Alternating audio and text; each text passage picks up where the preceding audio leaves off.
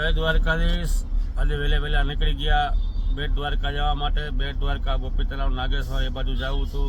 માણસો બધા વાટ જોતા હતા પણ રાતે ભજનમાં હતા એટલે વહેલું ઉઠાડું નહીં। ચાલો ફટાફટ નીકળી જાવ એમને લેવા માટે। પહોંચી ગયા ભાટીએ। એ લોકો બધાને નાસ્તો કરવો હતો એટલે દુકાને મૂકી અને આપણે નીકળી ગયા ગેસ ભરવા માટે। ગેસમાં આજે થોડીક લાઈન હતી। આ છે આપણો ભાટિયાનો બાયપાસ જે દ્વારકા જામનગર હાઈવે છે।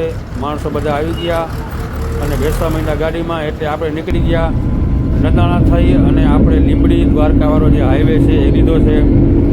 ચારે બાજુ જોઈ લી મસ્ત વ્યૂ છે। ચોમાસા પછી પાછો હમણાં વરસાદ થયો એટલે પાછું ઘાસ બધું લીલું લીલું થઈ ગયું છે।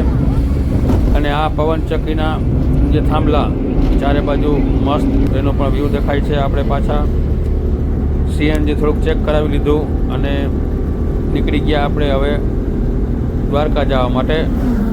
આ છે ગાગા ગુરગઢવાળો હાઈવે।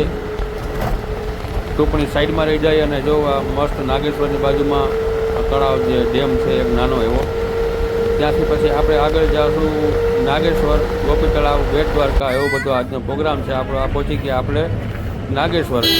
નાગેશ્વરમાં કચ્છથી ઘણા બધા જાત્રાળુઓ અહીંયા દર્શન કરવા માટે આવ્યા છે અને બીજા બધા પણ ઘણા બહાર વિદેશ એ અલગ રાજ્યમાંથી બધા દર્શન કરવા માટે આવ્યા છે। ટાટા કેમિકલ બે હા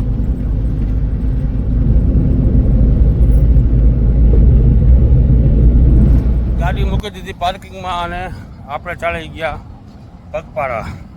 અહીંયાથી 500 મીટરથી વધારે મંદિર દૂર છે। ચાલો નીકળી જઈએ। જો બધા આમ પગપાળા જાય જ છે, રિક્ષા પણ મળે છે પણ આપણે એમ છે કે પગપાળા જઈએ તો વધારે મજા આવશે કારણ કે બેટ દ્વારકાનો નજારો કંઈક ઓર છે જોવામાં। જૂનું બેટ દ્વારકા તો કંઈક ઓર હતું, ત્યારે અહીંયા લાઇટની પણ સગવડ ન હતી। આ આપણું જે સુદર્શન બ્રિજ બની ગયો છે। જૂના દ્વારકામાં તો એક મોટું જનરેટર હતું જે સાંજના 6 વાગ્યા પછી ગ્રામ પંચાયત તરફથી ચાલુ કરવામાં આવતું હતું। એ લાઇટની પણ સગવડ નહોતી ત્યારે। અને આ જોઈ લ્યો આપણે પહોંચી ગયા આખર બેટ દ્વારકા ગામમાં। અને બેટ દ્વારકા ગામમાં આપણે પહેલાં રૂક્ષ્મણી મહેલ, સોનાનો રૂક્ષ્મણી મહેલ, સોનેની દ્વારિકા અને એવું બધું જે દર્શન છે આપણે અને દ્વારકાધીશ મેઇન મંદિરે આપણે જોવાના છે। તો પહેલાં આપણે જે સોનેકી નગરી એટલે કે સોનેકો મહેલ નામ છે ત્યાં જશું। અને આ છે દ્વારકાધીશજીનું મેઇન મંદિર। અને આજે તો ભીડ અસંખ્ય હતી, ચારે બાજુ માનવ મેરામણ ઉભરાણો હતો। ત્યાં દર્શન કરી અને પછી આપણે આવી ગયા સોનેકી દ્વારિકા જે ધામ કહેવાય છે ત્યાં ભગવાન કૃષ્ણની જે બધી લીલા છે એ બધી અંદર વર્ણન કરવામાં આવ્યું છે।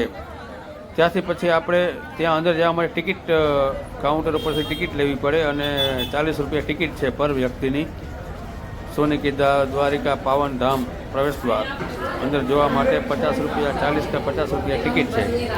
ત્યાંથી પછી આપણે આગળ નીકળી અને બહાર આવી ગયા આપણે આ બધી મેઇન બજાર છે બેટ દ્વારકાની। કારણ કે બેટ દ્વારકા એક નાનું એવું કસ્બું હતું પહેલાં તો, હવે આ સુદર્શન બ્રિજ બન્યા પછી થોડોક વધારે વિકાસ કહી શકાય કારણ કે સીધી ગાડી બેટ દ્વારકામાં એન્ટર થાય છે એટલે પ્રવાસનો દોર વધી ગયો છે। પહેલાં તો હોડીમાં બેસી અને માણસો બધા આવતા હતા, આજ તો માનવ મેરામણ ઉભરાણો હતો સાવ। અહીં બાજુમાં જ ભોજનાલય છે તો ત્યાં પછી દર્શન